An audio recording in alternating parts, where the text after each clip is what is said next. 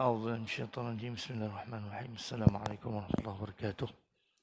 InsyaAllah ini saya akan membacakan daripada Suratun Naba. InsyaAllah. Suratun Naba bermula daripada ayat yang pertama. InsyaAllah.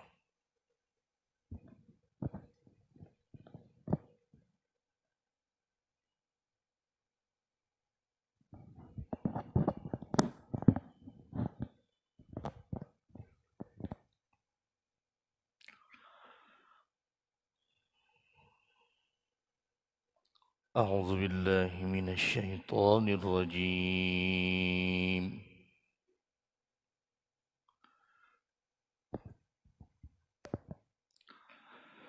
بسم الله الرحمن الرحيم.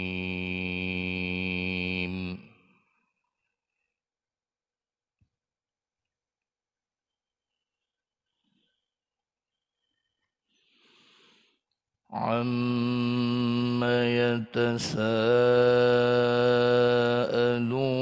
عن النبأ العظيم.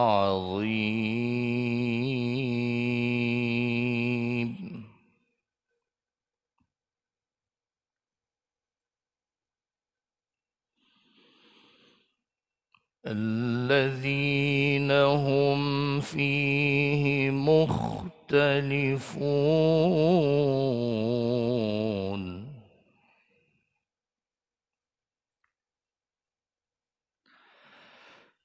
كلا سيعلمون ثم كلا سيعلمون.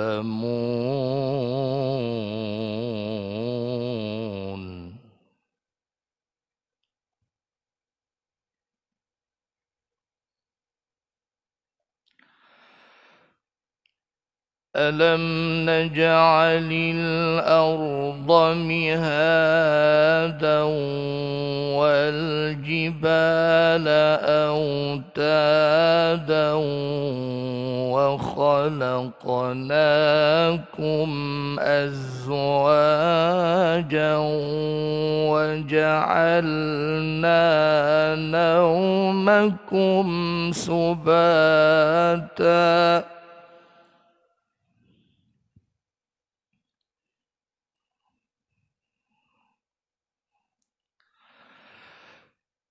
وجعلنا الليل لباسا وجعلنا النهار معاشا وبنينا فوقكم سبعا شدادا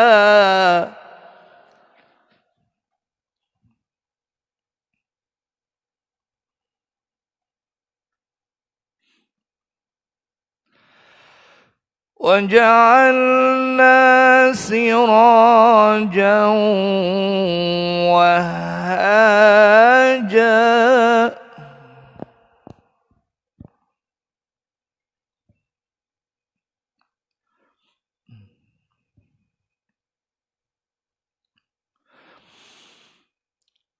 وأنزلنا من المعصرات ماء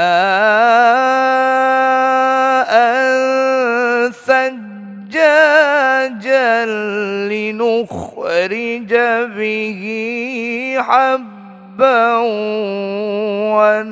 ونباتا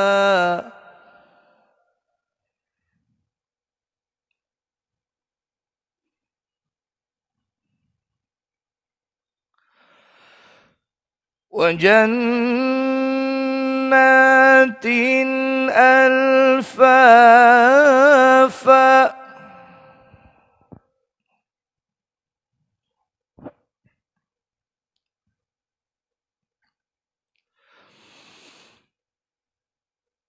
إن يوم الفصل كان ميقاتا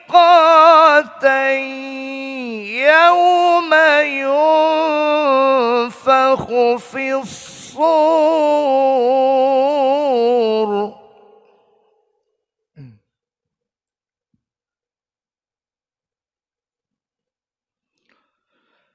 يوم ينفخ في الصور فتأتون أفواجا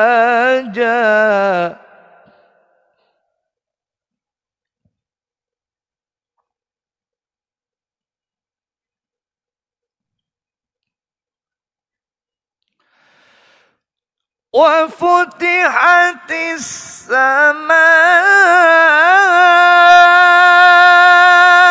فكانت أبوابا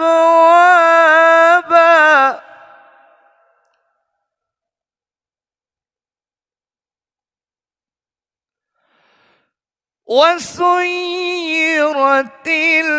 الجبال فكانت سرابا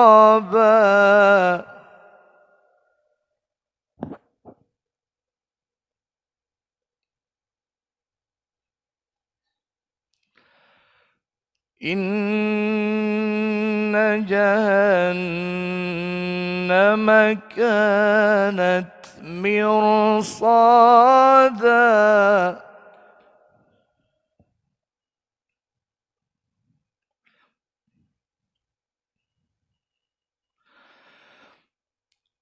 إن جهنم كانت مرصادا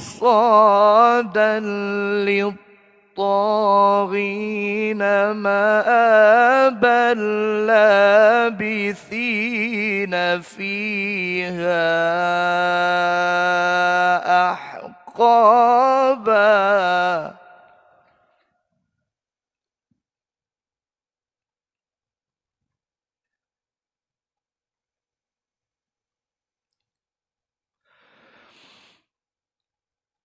لا يذوقون فيها بردا ولا شرابا إلا حميما وغساقا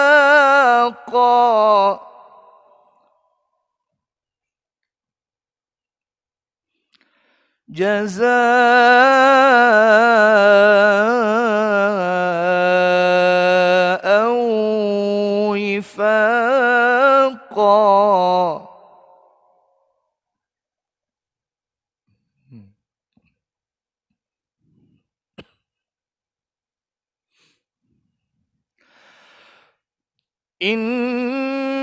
إنهم كانوا لا يرجون حسابا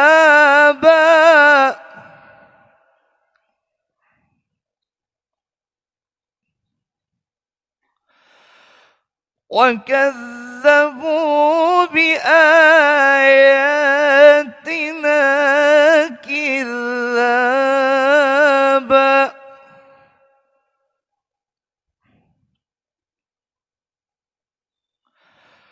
وكل شيء أحصيناه كتابا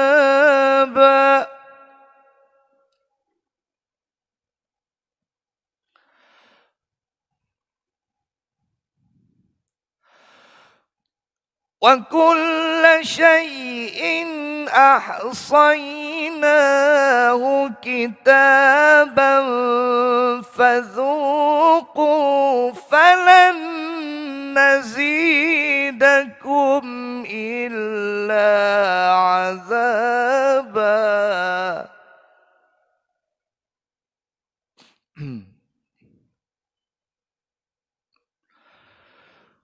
فذوقوا فلن نزيدكم إلا عذابا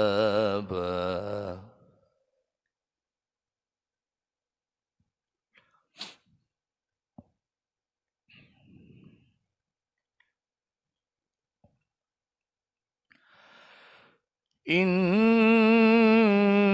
للمتقين مفازا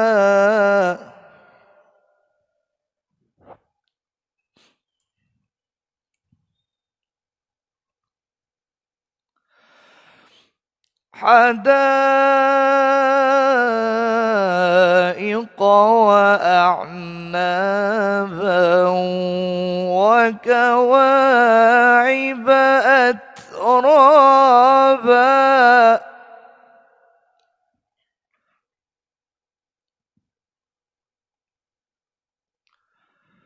وكأسا دهاقا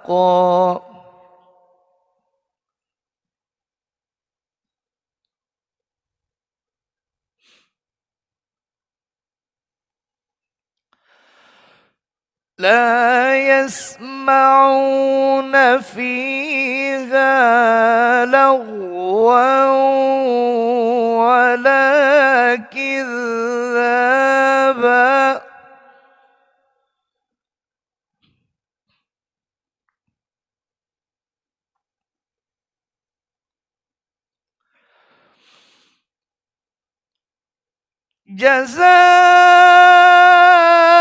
جزاء من ربك عطاء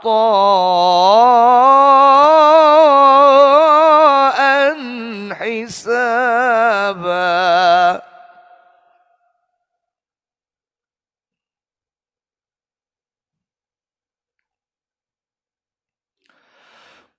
رب السماوات والأرض وما بينهما الرحمن لا يملكون منه خطابا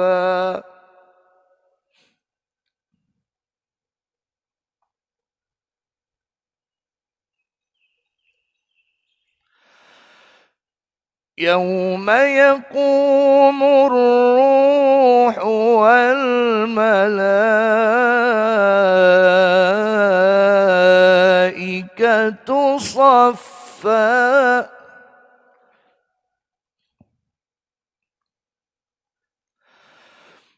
لا يتكلمون إلا من أذن له الرحمن وقال صوابا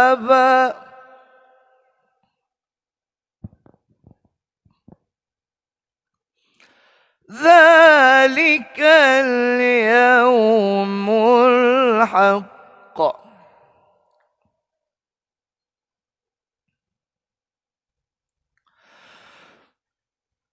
ذلك اليوم الحق فمن شاء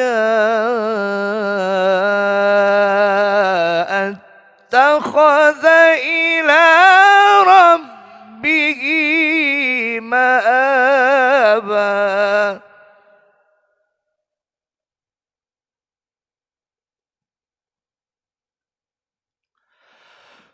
فمن شاء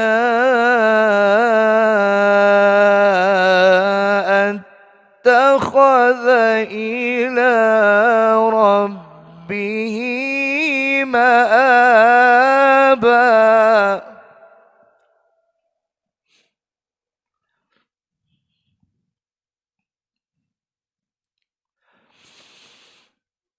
إنا أنذرناكم عذابا قريبا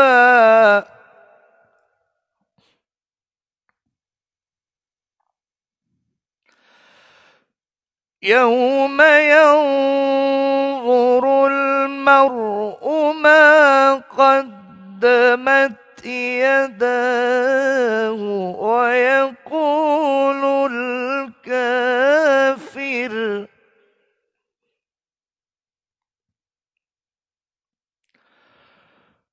ويقول الكافر يا ليتني كنت ترابا.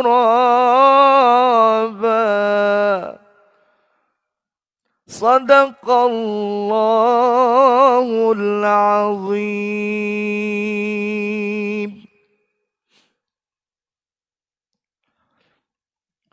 صدق الله مولانا العظيم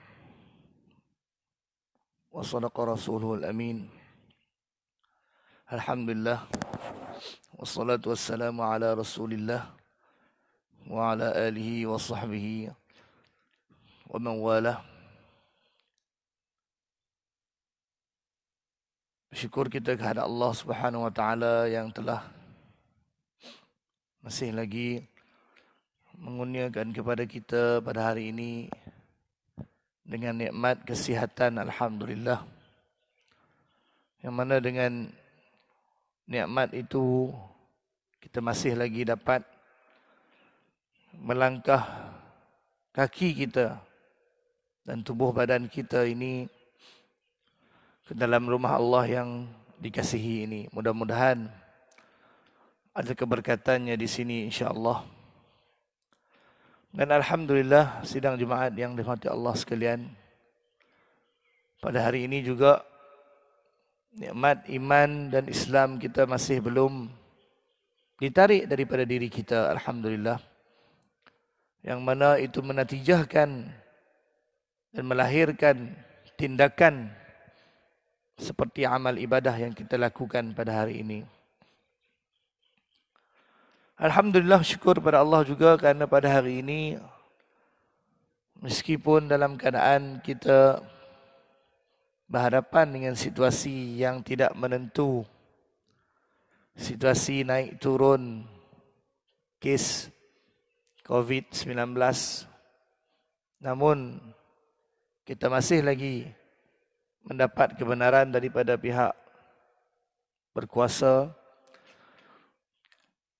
untuk melaksanakan ibadah pada bulan Ramadan ini berbanding dengan apa yang kita lalui pada tahun yang lepas. Kalau kita masih ingat, pada bulan Ramadan tahun lepas,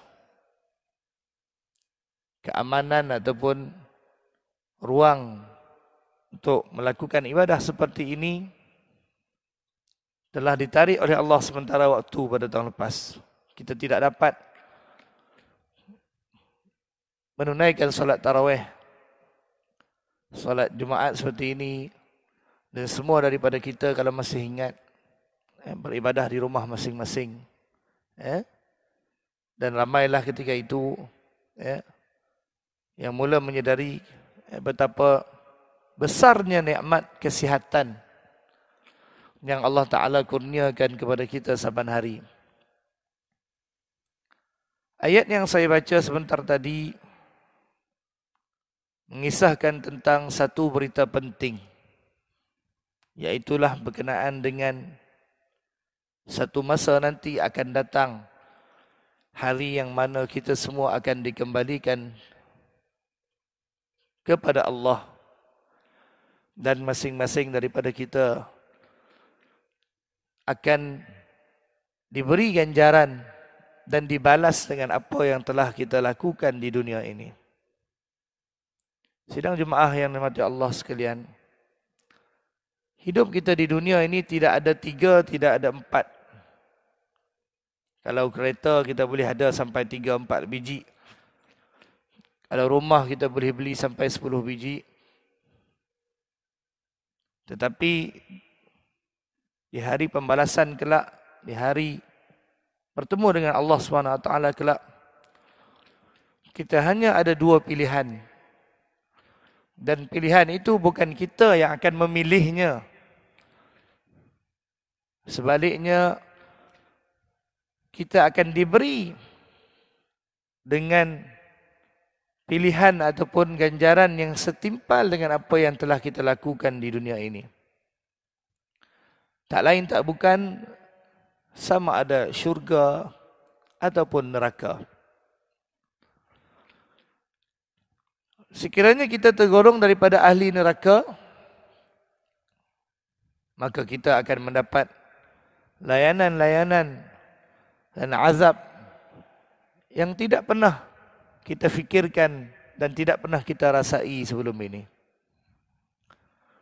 Namun sekiranya kita beruntung menjadi sebahagian daripada ahli syurga, maka kita juga akan mendapat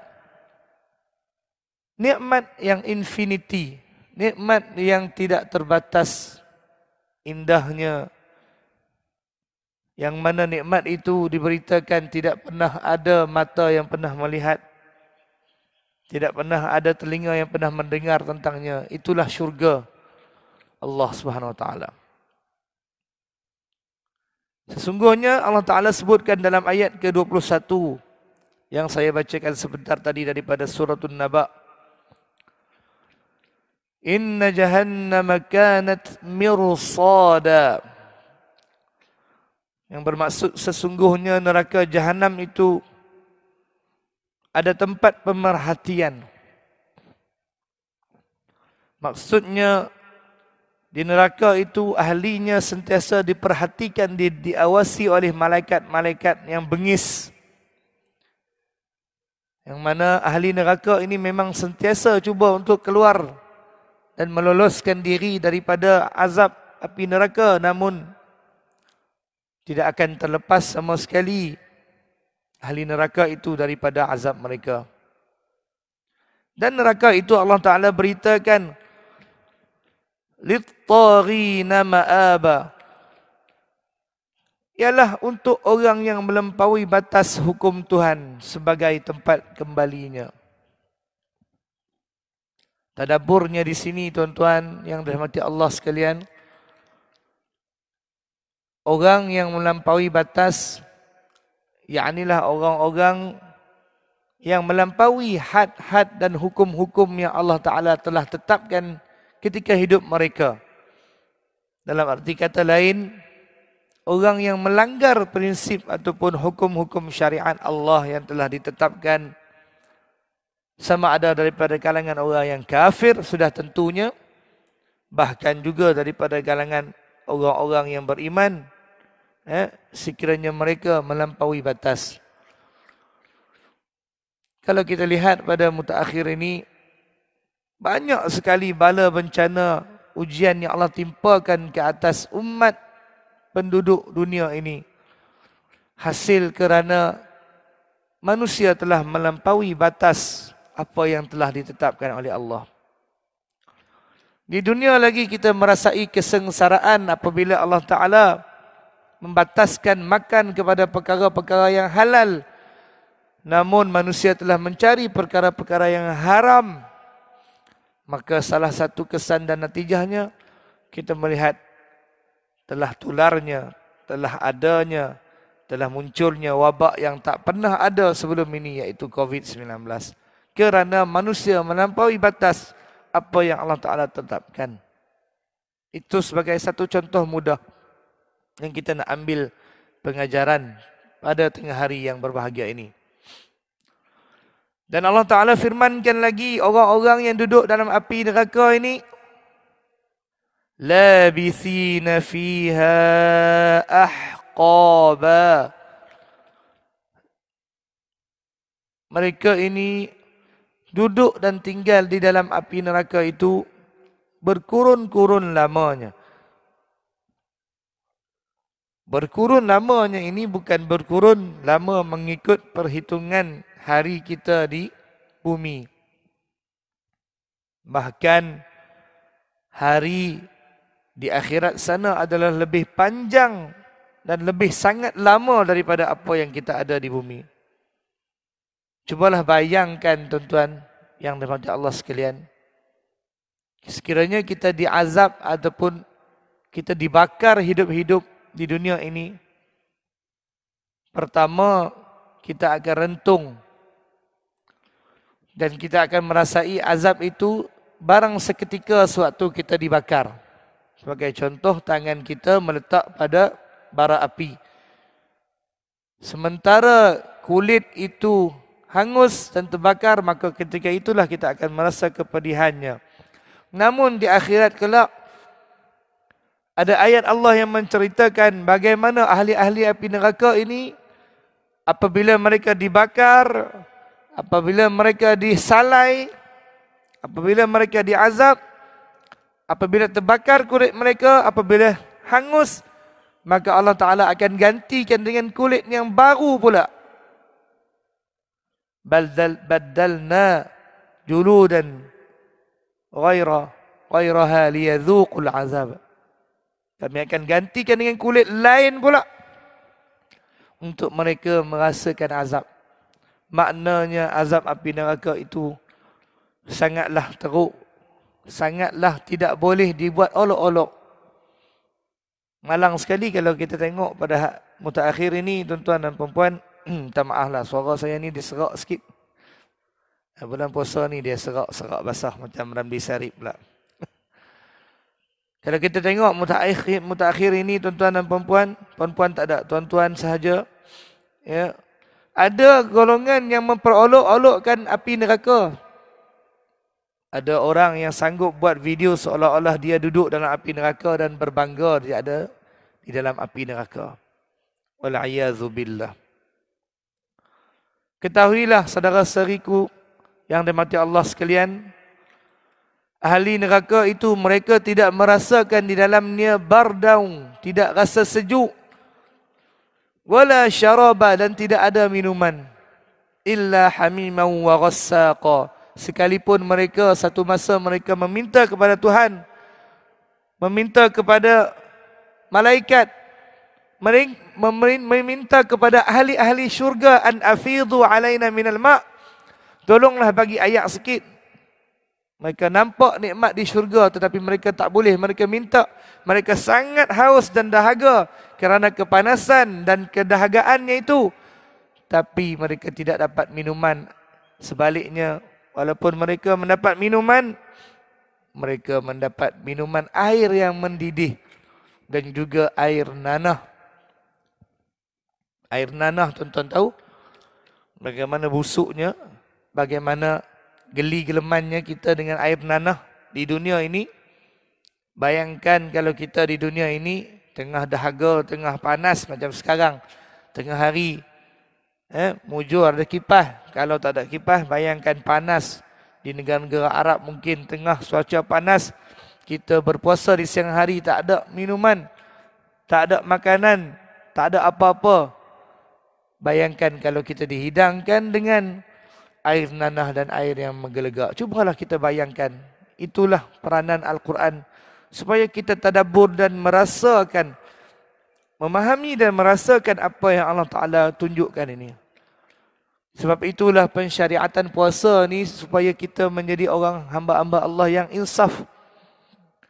Satu masa nanti kita di padang mahsyar, sebelum kita diberi balasan dan ganjaran apa yang kita lakukan di dunia ni, kita akan berhadapan dengan suasana kepanasan, dahaga, terik panas mentari ini, tuan-tuan yang dirahmati Allah sekalian. Maka alangkah celakanya kalau kita sudahlah teruk-teruk di padang mahsyar dan menunggu dalam masa yang sangat lama untuk diberi ganjaran ataupun balasan daripada Allah SWT, tiba-tiba sudahlah lama menunggu dan rasa sangat diazab dengan azab mahsyar dan sebagainya, tiba-tiba kita dicampakkan di dalam api neraka, maka akan bertambahlah lagi azab dan siksa kita. Wal'iyadzubillah. Namun saya skip bagi ringkas supaya kita mudah faham. Dalam surah An-Naba ini juga dalam satu sisi yang lain Allah Ta'ala memberitakan satu berita yang gembira. Iaitulah pada ayat 31 Allah Ta'ala memberitakan sesungguhnya bagi orang-orang yang bertakwa itu disediakan syurga, tempat mereka beroleh apa yang mereka ingini. Masya Allah, subhanallah. Untuk orang-orang yang bertakwa, orang yang betul-betul menjaga hidupnya, dirinya, matanya, tangannya, hatinya, seluruh anggota tubuh badannya, zahir dan batin, daripada melakukan maksiat kepada Allah. Dan sebut pasal takwa, hadirin jemaah yang mata Allah sekalian, sangat sinonim dengan bulan Ramadan, bukan? Sangat sinonim dengan bulan Ramadan. Sebab kita selalu dengar bahawasanya bulan Ramadan ini Allah Ta'ala kurniakan dan wajibkan ke atas orang-orang yang beriman. Supaya apa? La'allakum tattaqun. Supaya kita bertakwa, menjadi orang yang bertakwa. Sebab itu dalam bulan yang mulia ini, kita diwajibkan berpuasa. Dalam arti kata lain, kita perlu insaf dan tahu bahawasanya takwa itu membentuk satu elemen kejujuran dalam diri kita. Yang mana Allah Ta'ala sahaja yang mengetahui sama ada kita betul-betul berpuasa ataupun tidak. Puasa bukanlah sekadar kita tak makan, tak minum dan tidak melakukan hubungan suami isteri di siang hari. Tetapi puasa juga meliputi puasa batin kita, puasa anggota tubuh badan kita. Bayangkan kalau telah 20 tahun kita berpuasa, 30 tahun berpuasa, cuba kita renungi balik, cuba kita muhasabah balik di saat ini, di waktu ini, di ketika ini, apakah kedudukan berpuasa kita, sejauh manakah tahap puasa kita. Adakah selama ini kita telah berpuasa mata kita daripada melihat perkara-perkara yang haram dan syubhah?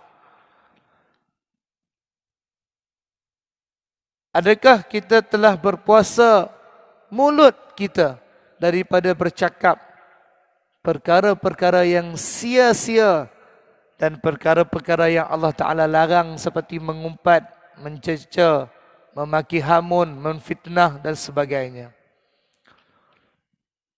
Adakah selama ini kita telah berpuasa tangan kita daripada melakukan perkara-perkara yang haram, mengambil rasuah, mencederakan orang lain, mencederakan anak-anak isteri ataupun sebagainya?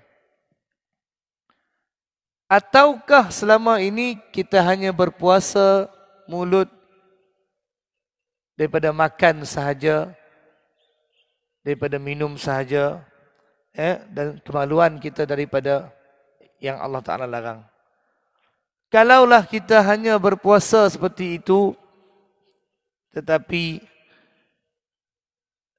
tiap-tiap hari masih lagi menonton rancangan-rancangan yang tidak berfaedah, tiap-tiap hari masih lagi tengok orang-orang yang membuka aurat dengan alasan kenapa mereka buka aurat, kami tengoklah. Sepatutnya kita menundukkan pandangan kita pada bulan puasa ini. Sepatutnya telinga kita pada bulan puasa ini banyak mendengar Al-Quranul Karim, yang sangat sinonim dengan Ramadanul Karim, berbanding dengan mendengar kepada lagu-lagu dan muzik-muzik. Sepatutnya kita lebih banyak membaca Al-Quran dengan mulut kita ini daripada membaca WhatsApp dan juga Instagram, Facebook dan sebagainya. Patutnya kita lebih mentelaah ilmu-ilmu Allah, membaca Al-Quran, membaca tafsirnya dan juga tadabbur, merasai apa itu yang Allah Ta'ala firmankan kepada kita berbanding dengan perkara-perkara lain. Sebab apa? Sebab sekiranya kita berpuasa dengan sebenar-benar puasa, imanan wa ihtisaban, dengan penuh keimanan bahawasanya puasa ini boleh membentuk diri aku. Bukan aku ni berpuasa kerana orang lain semua puasa, kalau aku tak puasa malu. Bukan kerana orang lain, tapi kita berpuasa kerana betul-betul beriman dengan amalan ibadah puasa itu satu kewajipan yang Allah Ta'ala dah tentukan, dan dengan penuh pengharapan bahwasanya habis puasa nanti Allah Ta'ala ampunkan seluruh dosa-dosa kita. Ada tak dalam diri kita? Cuba kita ingat. Cuba kita renung. Ataupun kita hanya harapkan habis puasa ni kita nak menyambut hari raya. Kalau itulah harapan kita, maka malanglah puasa kita selama ni. Hanyalah lapar dan dahaga.